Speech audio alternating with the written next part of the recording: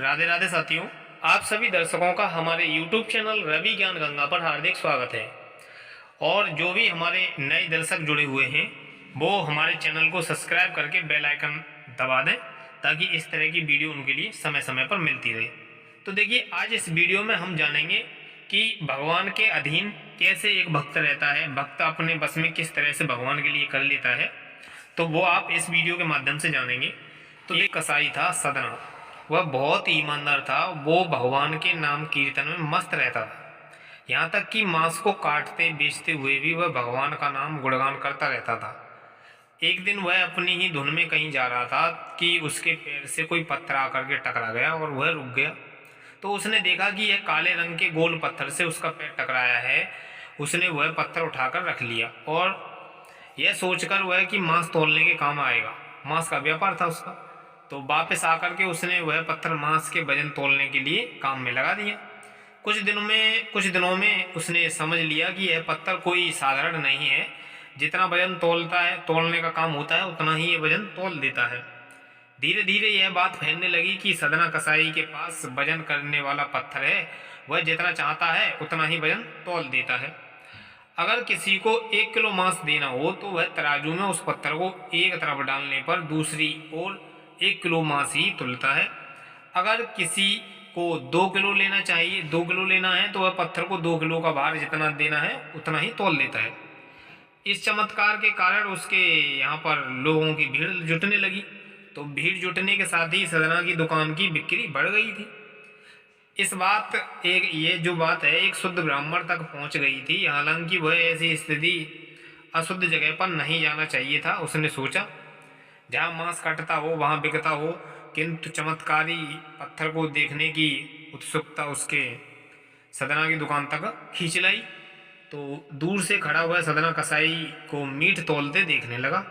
उसने देखा कि कैसे वह पत्थर हर प्रकार के वजन को बराबर तोल रहा था। तो ध्यान से देखने पर उसके शरीर के रोए खड़े हो गए।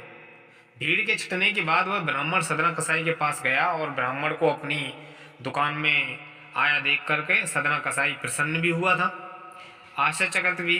बड़ी नम्रता से सदना ने ब्राह्मण को बैठने के लिए स्थान दिया और पूछा कि वह उसकी क्या सेवा कर सकता है। तो ब्राह्मण बोला कि तुम्हारे इस चमत्कारी पत्थर को देखने के लिए ही मैं बहुत तुम्हारी दुकान पर आया हूँ, या यूं कहें कि ये चमत्कारी पत्थर ही मुझे खींच करके तुम्हारी दुकान तक ले आया है। बातों ही बातों में उन्होंने सदना कसाई को बताया कि जिस पत्थर समझकर वो मांस तोल रहा है वास्तव में वो भगवान शालिग्राम जी हैं, जो कि भगवान का स्वरूप होता है। शालिग्राम जी को इस तरह गले कटे मांस के बीच रखना तथा उनसे मांस तोलने बहुत बड़ा पाप है। सदना बड़ी ही सरल प्रकृति का भक्त था। ब्राह्मण की बात सुनकर के उससे लगा कि अनजाने में मुझसे बहुत बड़ा पाप कर रहा हूँ मैं।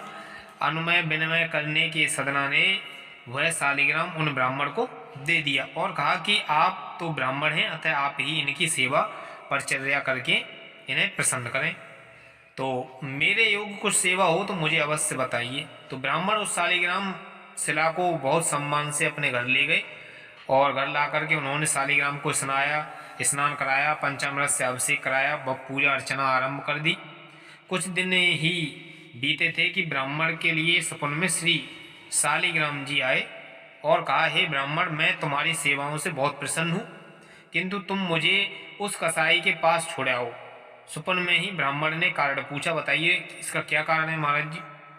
कि तुम मेरी अर्चना पूजा तो करते हो, अच्छा लगता है, परंतु जो भक्त मेरे नाम का गुणगान कीर्तन करते रहते हैं उनको मैं अपने आप को भी बेच सकता हूँ। सदना तुम्हारी तरह मेरा अर्चन नहीं करता है, परंतु वह हर समय मेरा नाम गुणगान करता रहता है, जो कि मुझे बहुत अच्छा लगता है। इसलिए तो मैं उसी के पास रहना चाहता हूँ। उसके पास ही गया था।